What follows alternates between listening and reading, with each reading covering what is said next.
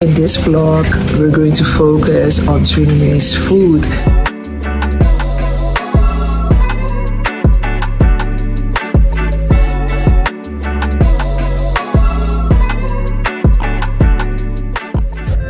The first dish that I'm showing you is a Japanese bami, that's stir-fried noodles. Yummy, yummy, yum.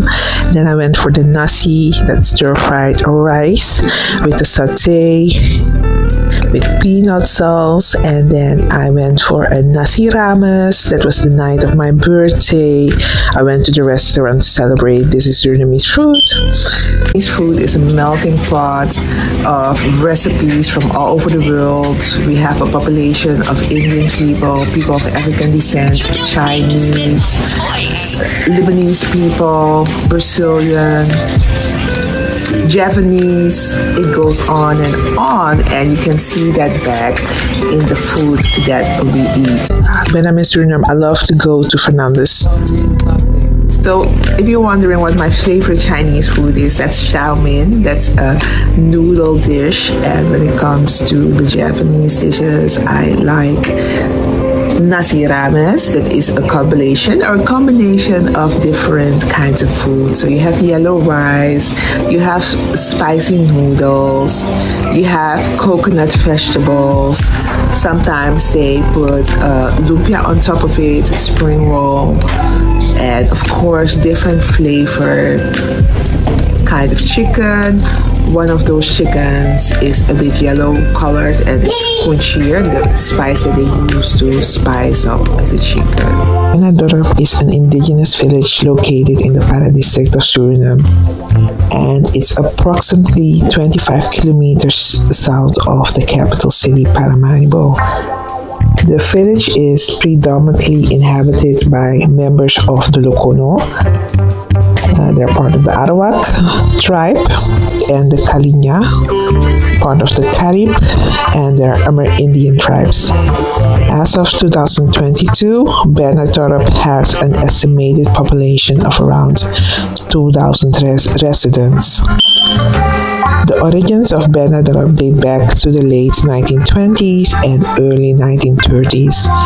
During this period, indigenous people from the village of Bisari, located near Sandere, were compelled to relocate due to the development of aviation infrastructure in the area.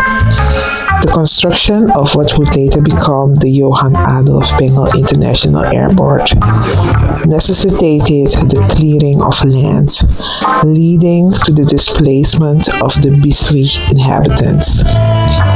Seeking a new place to settle, these Amerindian families moved to an area approximately 25 kilometers from Paramaribo. The land was partly owned by the Roman Catholic Church, but please write down in the comment section if you have another story. Driving through Bernarddorp, I have family living over there, and we haven't visited in a long time, so we decided to drive through the area. Mostly simple living, but it's the type of living that gives you relaxation. In 1950, Prince Bernhard of Lippe-Biesterveld, the husband of Queen Juliana of the Netherlands, visited the village. During this visit, he installed the first elected village chief, marking a significant event in the community's history. Following this visit on February 25, 1951, the village was officially named Bernarddorp. While it is commonly believed that the village was named in honor of Prince Bernhard, official records indicate that the name refers to Bernard of Clairvaux, a French abbot from the 12th century. After its establishment, Bernarddorp saw various developments aimed at improving the quality of life for its residents. In 1951, the government allocated 26 agricultural plots and 32 residential lots to the indigenous people of the village. Additionally, some villagers received agricultural training to enhance their farming practices. The village also benefited from educational initiatives. Following a visit by Governor Glass and Grace Scheides Howard in 1951, efforts were made to establish a local school. This led to the creation of the St. Bernarddorp School, providing educational opportunities for the children of Bernarddorp. Bernarddorp holds cultural importance as a center for indigenous traditions and practices.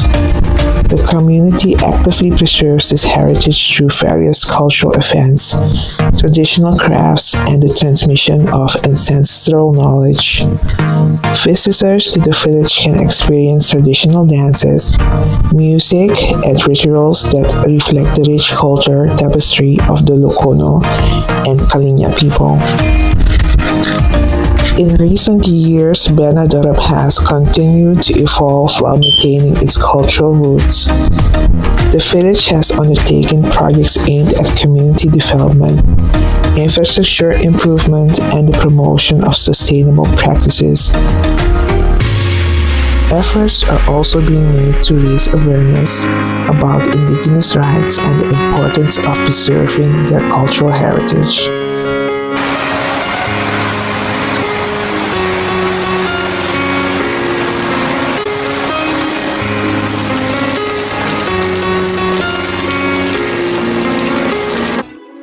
Traveling through the Para district of Suriname, one encounters a myriad of artistic manifestations that tell the stories of the indigenous communities.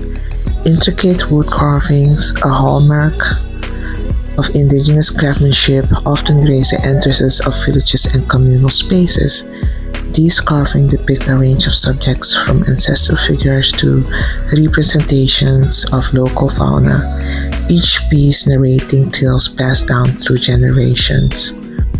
The Arawak, Karib, Trio, Mayana, and Barao all form the indigenous communities of Suriname.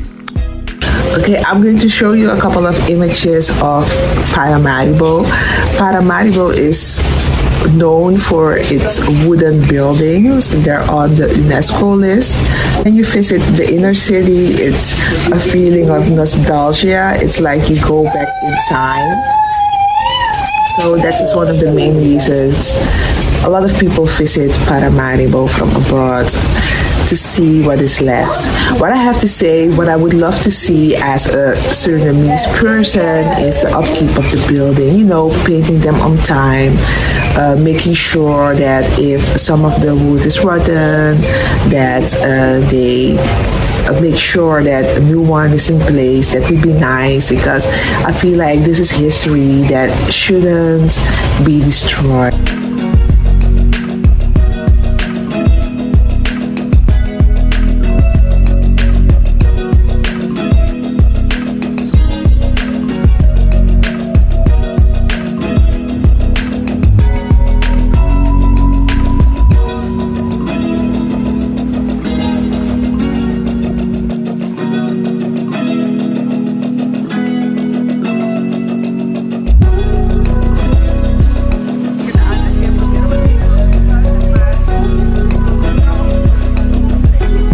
So about the food tour that I was on, when I'm in Suriname, I love to taste different types of food, go to new places. So they have like this spot called Siamu. And this is where you could have kind of seen that I live in the Netherlands. So I went to this spot, I was like, I wanted to try it out. And then I saw the prices and I was like, do I want to spend this right now? I was like, for one milkshake, for one bubble tea, these people are... I know it's expensive for the average Surinamese person. But anyway, I'm still going to try it. So I just filmed in the shop for you guys to see what the vibe is. But I was like, let me drink some water. Let me drink some mango juice. Let me drink some orange juice. But for now, they're just doing too much. Or let me drink some dawet. But it was giving too much. But still, I'm going to try it one of these days.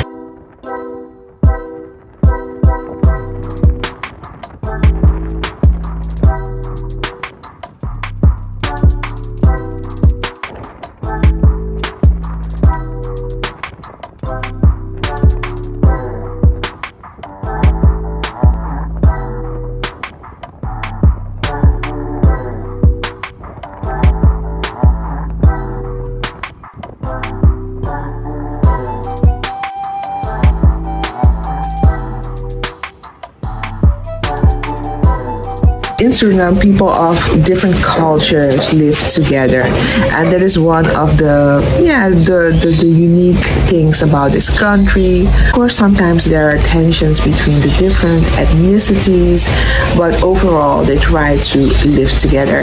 I think if there's tension, most of the time it's like leaders who are pitting people up against each other.